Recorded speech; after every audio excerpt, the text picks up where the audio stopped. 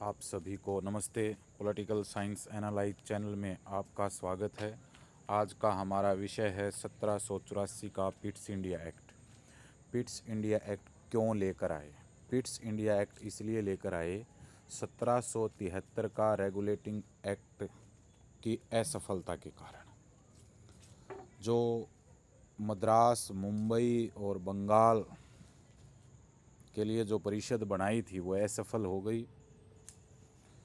Company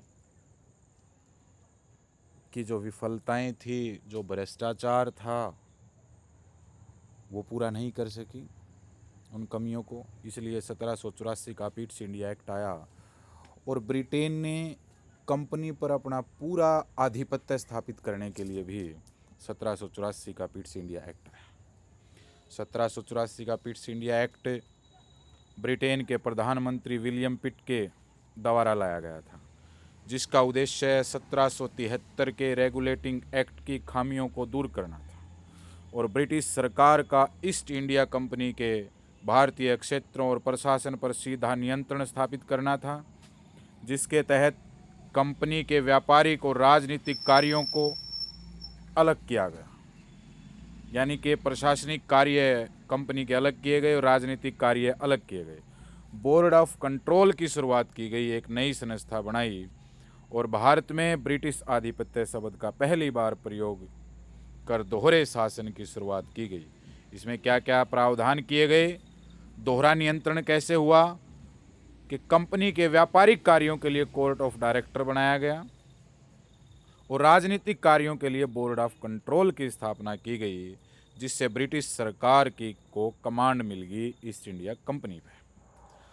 board of control, इसमें वित्त मंत्री, राज्य सचिव और अन्य सदस्य होते थे, जो कंपनी के नागरिक, सैन्य और राजस्व मामलों पर ब्रिटिश सरकार की ओर से नियंत्रण रखते थे।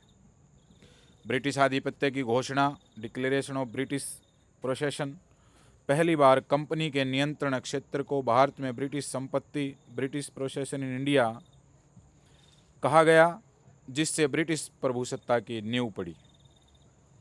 गवर्नर जनरल की परिषद, गवर्नर जनरल्स काउंसिल, परिषद के सदस्यों की संख्या 4 से घटाकर 3 कर दी गई, जिससे गवर्नर जनरल को महत्वपूर्ण मामलों में परिषद के निर्णय को वीटो करने की शक्ति मिली। मद्रास और मुंबई प्रेसिडेंसी, ये प्रेसिडेंसी अब गवर्नर जनरल के अधीन आ गई, जिससे बंगाल का प्रभाव बढ़ा। 1784 के पिट्स इंडिया एक्ट के कुछ महत्वपूर्ण तथ्य, जैसे पिट्स इंडिया एक्ट 1784 के माध्यम से कंपनी के व्यापारी को राजनीतिक कार्यों को अलग कर दिया गया। कंपनी के कर्मचारियों पर रिश्वत लेने पर रोक लगाई गई। कंपनी के मामलों में इस एक्ट के तहत ब्रिटिश सरकार का पहली बार नियंत्रण स्थापित हुआ।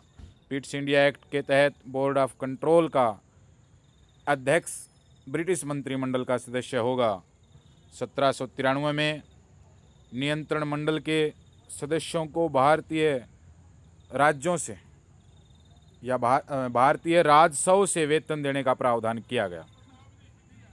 ये था हमारा 1784 का पिट्स इंडिया एक्ट। हमने कोशिश की कि पिट्स इंडिया एक्ट में ऐसी कोई महत्वपूर्ण बात ना छूट जाए।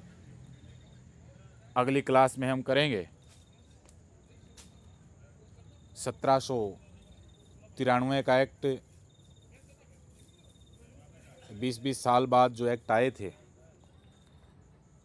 1813, 1833, 1853, इन चारों एक्टों को हम करेंगे।